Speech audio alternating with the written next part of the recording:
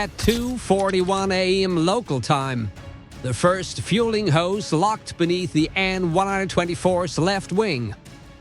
That was the moment Ukraine had been waiting for. 9 Ukrainian AQ-400 drones were already approaching Ulyanovsk Vostochny. Ukraine could have sent them in earlier. It did not. 36 seconds after the hose locked, all 9 drones committed to their final approach.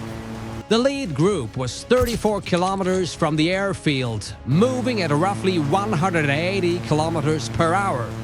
Less than 12 minutes separated the drones from one of Russia's largest transport aircraft. But minutes earlier, the An-124 had still been moving. All 4 engines were running. The taxiway behind it remained open. One warning from the outer defenses could have sent the aircraft away before the first drone reached the perimeter. Ukraine needed the aircraft to stop. The first engine shut down. Then the second. Seconds later, the final 2 turbofans fell silent, and the aircraft's fastest escape disappeared. A TZ-22 rolled beneath the left wing. The hose rose, locked into place, and fuel began flowing. A second tanker waited only meters behind it. Together, the 2 vehicles carried nearly 76,000 liters. Ground power remained connected. The Zul 537 had not yet reached the nose gear. Even after an emergency warning, Russia would need almost 9 minutes to stop the transfer, release pressure from the lines, remove the ground equipment, and begin moving the aircraft. Any delay would leave the An-124 tied to tens of thousands of liters of fuel when the drones arrived. The timing was too precise to be accidental. Then Buk M2 detected the first 3 contacts, but none of them was flying towards the An-124. Buk M2 locked the lead AQ-400 at 15.2 kilometers. The drone was still outside the eastern perimeter, high enough for a clean engagement and far enough from the apron that the crew did not hesitate. They fired. The interceptor reached the target before it crossed the fence. A flash opened above the approach, and the contact vanished. The first threat was gone, but the engagement kept the outer radar focused east, while the second AQ-400 curved toward the reserve fuel area from the west. Panzer Is-1 had to rotate its sensors away from the apron. It established a track at 8.1 kilometers and launched within seconds. The warhead detonated close enough to tear the drone apart before it could descend into the clutter around the base. 2 drones down.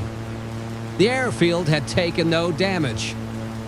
With Panzer committed to the western approach, the third AQ-400 dropped lower and headed for the patrol road. The drone had dropped below Panzer's clean firing line. Only the Zu-23-2 could engage it in time. The first burst passed behind the target. The drone kept coming.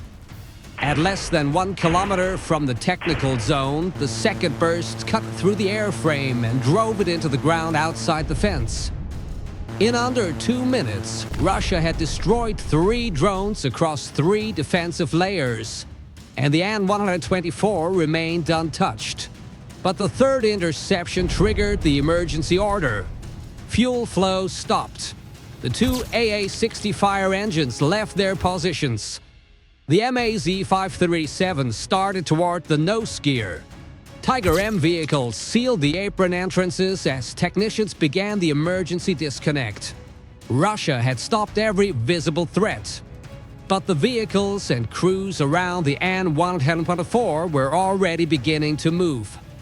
Then Panzer S-1 fired at the 4th AQ-400 before it crossed the perimeter. The missile hit. For a moment, the interception looked clean. Then the wreckage kept coming. The drone's main body remained airborne for another 12 seconds. traveling nearly 500 meters farther through the darkness before clearing the fence and slamming into the ground support area. Fragments scattered across the technical road used by the MAZ-537. The tow vehicle had to brake, leave its straight approach, and steer around debris spread across nearly 20 meters of concrete. A Tiger M moved in to seal the impact site. Then, a power unit beside the technical road caught fire. The flames were still small, but they were growing beside the same road leading toward the An-124. The second AA-60 crew had only seconds to choose. Continue toward the aircraft, or turn toward a fire that could spread through the technical area.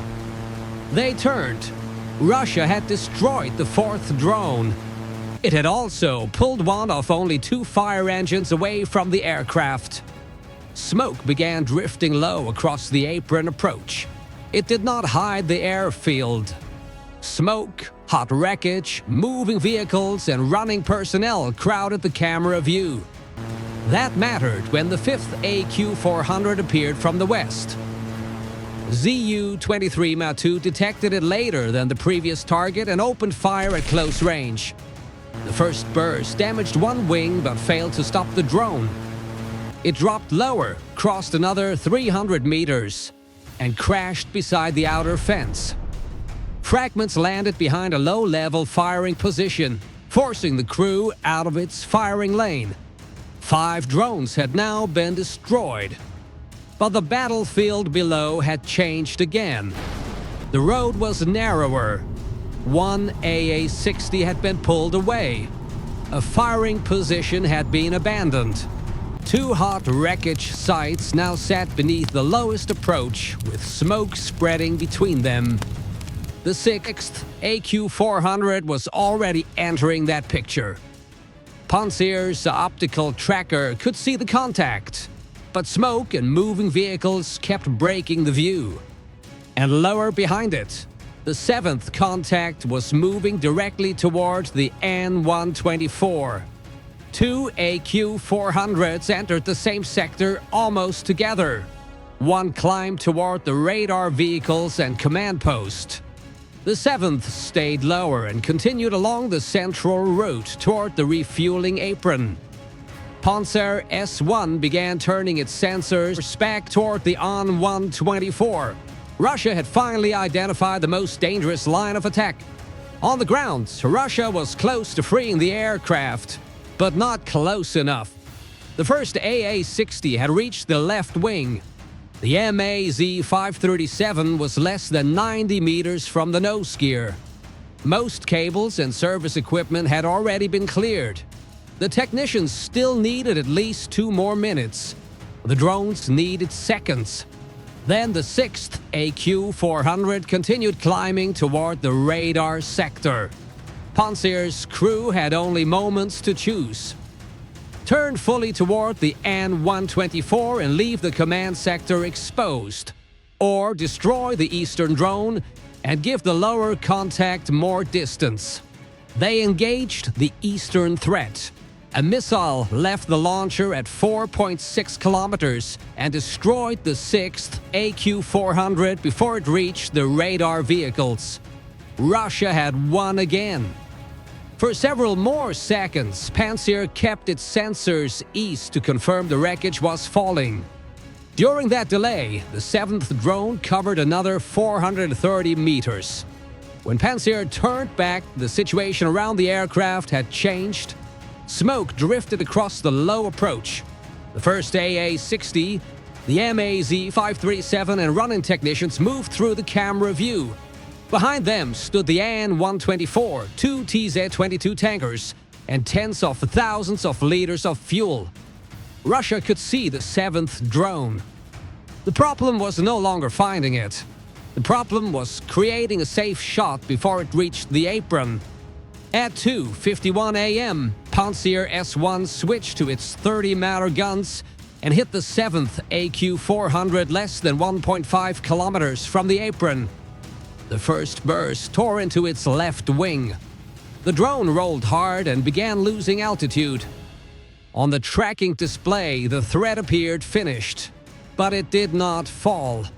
The damaged AQ-400 remained airborne for another 11 seconds and traveled nearly 570 meters farther.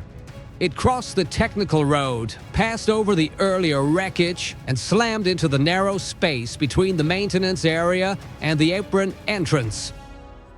The impact ignited a service vehicle. That fire pulled the first AA-60 away from the An-124. The vehicle movement forced the MAZ-537 sideways. Technicians ran from the fuel lines and crossed the low-firing lane. Zu-23-2 lost its shot. Russia had destroyed the 7th drone. No radar had been knocked out. Pantsir S-1 was still operating. Zu-23-2 still had ammunition. But in less than 20 seconds, the fire engine, tow vehicle, technicians, and firing lanes around the An-124 had all moved. For several seconds, the next drone remained visible, but the guns couldn't safely engage it. The 7th drone did not need to survive. It only needed to change the next 20 seconds.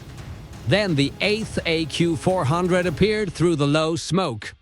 The 9th contact was still holding its wider western approach. Russia had destroyed 7 drones.